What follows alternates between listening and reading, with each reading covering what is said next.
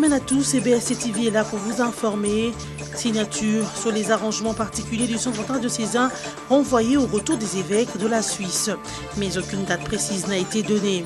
Cependant, les parties prenantes n'arrivent toujours pas à couper la poire en deux en ce qui concerne le mode de désignation du futur Premier ministre. Désormais, les agents de Congo Airways verront leur salaire être amputé de 17%, une décision prise suite aux difficultés dont fait face cette entreprise nationale d'aviation.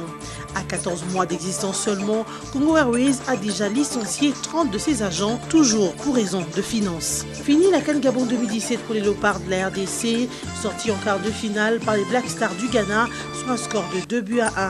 Un match pour lequel les Congolais se sont mobilisés à fond, mais hélas, le destin du football a décidé autrement. Il ne reste plus qu'à souhaiter un bon retour à l'équipe nationale. La signature de l'accord de discussion sur les arrangements particuliers interviendra au retour des évêques. Ils sont depuis ce dimanche 29 janvier en mission pastorale à Genève en Suisse. Au sujet du mode de désignation du futur Premier ministre, les divergences persistent. La majorité présidentielle tient à ce que le Rassemblement présente 3 noms au chef de l'État qui, grâce à son pouvoir discrétionnaire, va nommer quelqu'un de son choix. Point de vue rejeté catégoriquement par le Rassemblement qui s'en tient au prescrit de l'accord du 31 décembre qui stipule que le Rassemblement présente un des leurs au chef de l'État qui le nommera Premier ministre.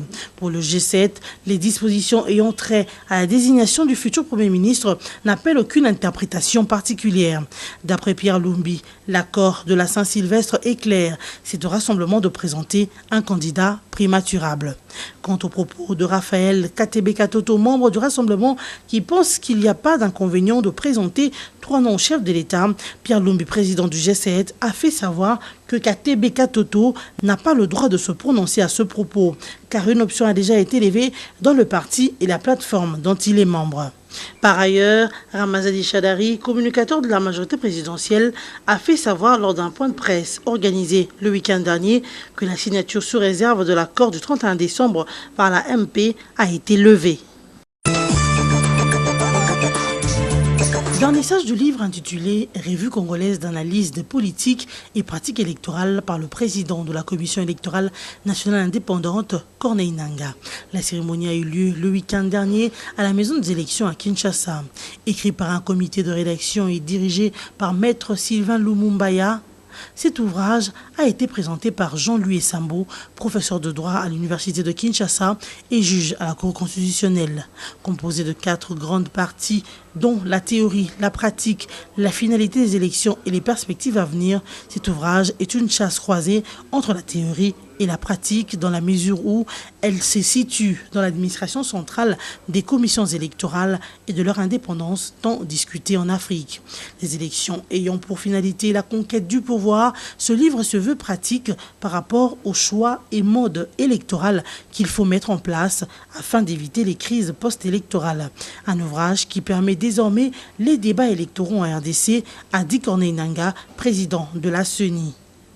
Quelle bonne nouvelle de vous avoir dans notre pays. Nous félicitons les auteurs dans la mesure où ces écrits permettront certainement d'approfondir les connaissances et compréhensions au niveau des débats publics et privés en République démocratique du Congo.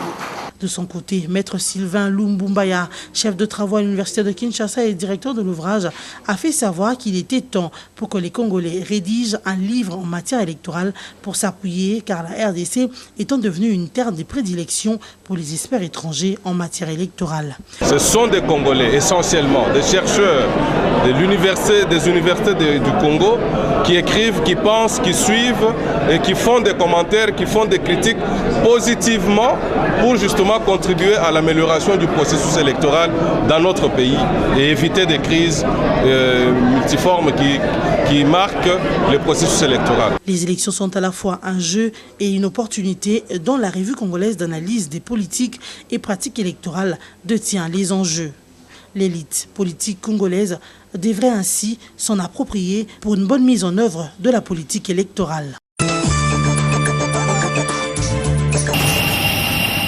La compagnie d'aviation Congo Airways a décidé de réduire de 17% le salaire de ses agents. Cette mesure annoncée dans une note technique au personnel fait suite aux difficultés de trésorerie auxquelles la société est confrontée. Ainsi, elle vise à comprimer les charges d'exploitation et pérenniser la compagnie ainsi que la majorité des emplois que compte la compagnie. En septembre 2016, la compagnie Congo Airways avait déjà licencié une trentaine d'agents. Le directeur général de cette compagnie d'aviation, Désiré Balaziré, avait signalé lors de ses licenciements que son entreprise ne comptait maintenir qu'un effectif de 250 agents à la fin de l'opération d'assainissement, dont les 400 que compte la compagnie à travers le pays. Pour la situation actuelle, Désiré Balaziré renseigne que cette mesure pourrait être levée lorsque la situation de l'entreprise deviendra florissante. Notons que la compagnie aérienne nationale Congo Airways a seulement 14 mois d'activité depuis son premier vol inaugural sur Goma le 1er novembre 2015 et compte 4 aéronefs qui couvrent l'ensemble du territoire national congolais. Benoît Hamon s'impose au second tour de la primaire de gauche en France. En tête du premier tour, Benoît Hamon a confirmé le dimanche 29 janvier dernier son avantage face à Manuel Valls avec 58,88% des voix contre 41,12% selon les résultats provisoires officiels. Âgé de 49 ans, l'ancien ministre de l'Éducation nationale française a largement remporté la primaire de gauche et obtient ainsi l'investiture du Parti socialiste dont il défendra les couleurs et valeurs à l'élection présidentielle prévue en avril et mai 2017. Benoît Hamon a donc comme première tâche rassembler un parti qui semble plus désuni que jamais. Une tâche pour laquelle il promet s'y atteler de ce lundi après la confirmation de sa victoire. Mais Benoît Hamon devra aller au-delà de son propre parti s'il veut peser dans une élection présidentielle où les candidats de la gauche sont annoncés battus d'avance. De son côté, Manuel Valls a admis que sa défaite fait partie de sa vie politique, malgré les lourdes conséquences de cette aventure politique qui désormais le retourne au rang d'un simple député de l'Essonne. L'ex-premier ministre français souhaite du moins bonne chance à Benoît Hamon, qui désormais est le seul candidat de sa famille politique. L'aventure des léopards de la RDC à la Coupe d'Afrique des Nations Gabon 2017 s'est arrêtée dimanche 29 janvier au quart de finale. Les fauves congolais sont tombés face aux Black Stars du Ghana sur un score de 2-1. Le rêve des Congolais s'est transformé en cauchemar suite au penalty infligé aux léopards en milieu de la seconde mi-temps à la suite d'une poussette de Lomalissa sur son adversaire sur la surface de réparation. L'élimination des léopards a été presque amèrement accueillie par des millions de Congolais qui se sont cependant consolés du beau jeu que le 11 national a développé sur le terrain, surtout en première mi-temps. Les léopards ont en effet su contenir l'adversaire et se montrer très offensif par moments, mais le réalisme ghanéen a fini par l'emporter. Le Black Star du Ghana ont su profiter des erreurs défensives des léopards qui, pour leur part, ont joué de la belle chance à plusieurs occasions qui n'ont pas pu être transformées. Titularisé pendant le match, l'attaquant de pointe Dieu Merci Mbokani s'est en effet plusieurs fois retrouvé en posture décisive sans réussir à envoyer le cuir au fond de filet. D'après le sélectionneur national de la RDC, Florent Ibenge, il faut assumer le résultat, telle est la loi du football, car on ne peut pas toujours gagner.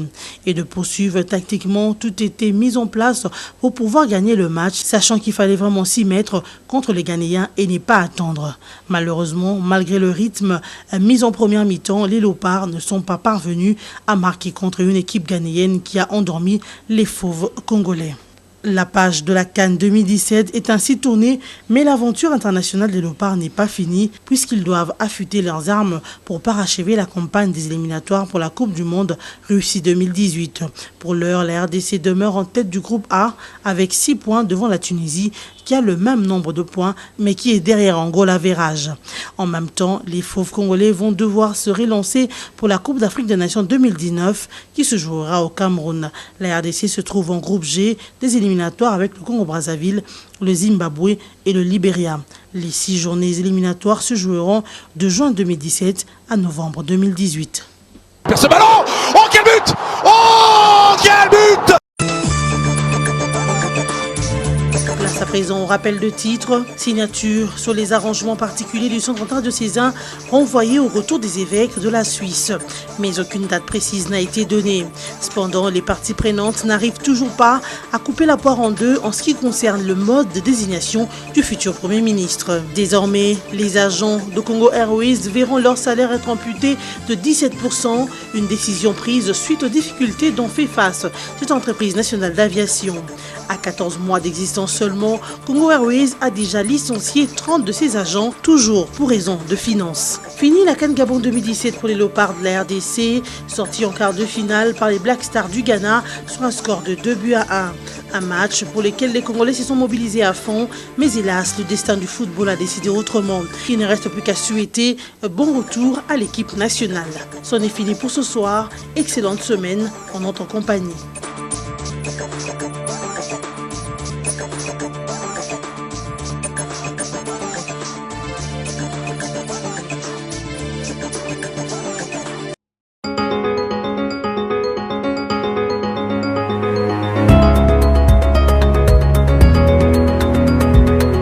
Merci de vous informer dans cette revue de presse. Les médias s'y sont plus focalisés sur la signature envoyée s'inédit et des arrangements particuliers à la SANCO, mais aussi l'élimination des Léopards à la CAN Gabon 2017. Bienvenue à tous. Clôture des discussions directes, accord du centre interdiocésain, l'heure est à l'application, écrit la prospérité. Selon le journal, certes, aujourd'hui, les Congolais sont éclairés au sujet de l'évolution politique de leur pays. Durant plus ou moins 2 mois, différents sujets ont été abordés au cours de ces intenses discussions directes au centre interdiocésain. Parmi les points essentiels de ces discussions, il a été décidé la mise sur pied d'un nouveau gouvernement, répartition des ministères, le calendrier électoral, l'installation d'un comité national de suivi de l'accord. Prendront part au prochain gouvernement, la majorité présidentielle, l'opposition sénatoriale de l'accord du 18 octobre, la société civile, l'opposition républicaine ainsi que le Rassemblement. Le Front pour le respect de la Constitution aura le poste de la vice-présidence du Conseil national de suivi de l'accord. Un régime nouveau sera bientôt installé pour amener le pays aux élections en décembre 2017, tel que stipulé dans l'accord de la Saint-Sylvestre. Entre-temps, on observe déjà l'application de cet accord, du moins en ce qui concerne la réouverture des médias. Le travail par la SANCO est convenable, mais ce qui compte plus, c'est la mise en application de cet accord. Etienne Tshisekedi a été notifié le jeudi 26 janvier en tant que président de ce Conseil national de suivi de l'accord, mais en raison de santé, il se trouve à ce jour en Belgique pour un check-up de routine. En cas de son absence, il est clairement dit dans l'accord que c'est le doyen parmi les vice-présidents qui jouera l'intérim. Pendant que la SANCO donne son dernier coup de sifflet pour déposer et finir avec toutes les discussions directes, la majorité présidentielle se dit insatisfaite des résolutions issues de ces négociations.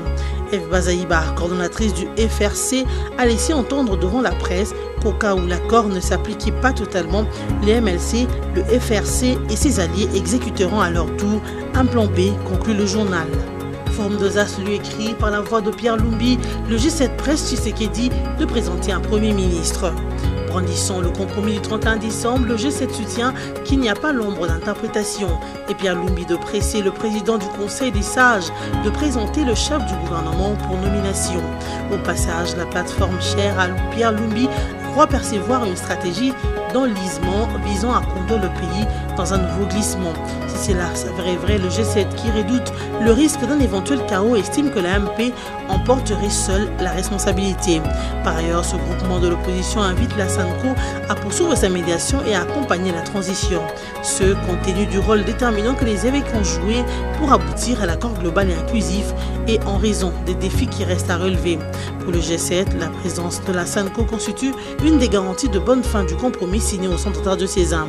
Enfin, cette plateforme demande à la majorité présidentielle de lever tous les obstacles à la libération de tous les prisonniers politiques et détenus d'opinion, d'assurer le retour au pays des exilés politiques et de mettre un terme au harcèlement des leaders du rassemblement. Et cette révélation de CongoVirtuel.net, révélation, voici le plan B de la SANCO qui fâche.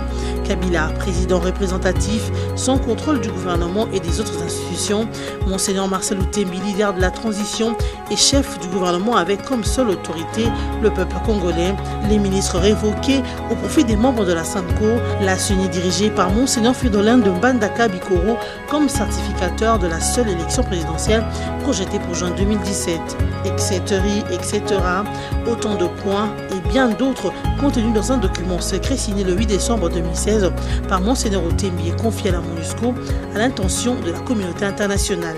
Il s'agit en fait du fameux plan B que la SENCO évoquait pour faire main basse sur le pouvoir sous prétexte de présenter l'ONU aux commandes de la nation. Une vraie imposture qui montre à quel point les évêques catholiques ont travaillé à la sable de la nation pour servir les intérêts des Occidentaux avec un soutien secret aussi à Moïse Katumbi, porté à bras-le-corps par ces mêmes lobbies occidentaux. On en sait désormais plus sur les vraies intentions de la Conférence épiscopale nationale du Congo autour du dialogue en vue des élections apaisées. Les appréhensions des observateurs sur les visées pouvoiristes des évêques catholiques se justifient désormais au regard des révélations sur le fameux plan B tant évoqué et brandi par la SENCO comme épouvantail pour faire chanter la classe politique. Chutant par la radio Kapi qui s'intéresse au sport, RDC Ghana, les Léopards ont encaissé des buts sur des erreurs évitables. L'ancien sélectionneur des Léopards de moins de 20 ans, Otis Ngoma, estime que les joueurs de la RDC ont manqué des concentrations et d'anticipation dimanche 29 janvier face au Ghana en quart de finale de la CAN 2017. Pour Otis Ngoma, le Ghana craignait les Léopards parce que individuellement, collectivement, techniquement, mentalement et physiquement, les Congolais étaient supérieurs, conclut la radio onusienne. La revue de presse de ce lundi 30 janvier est terminée. Merci de votre attention.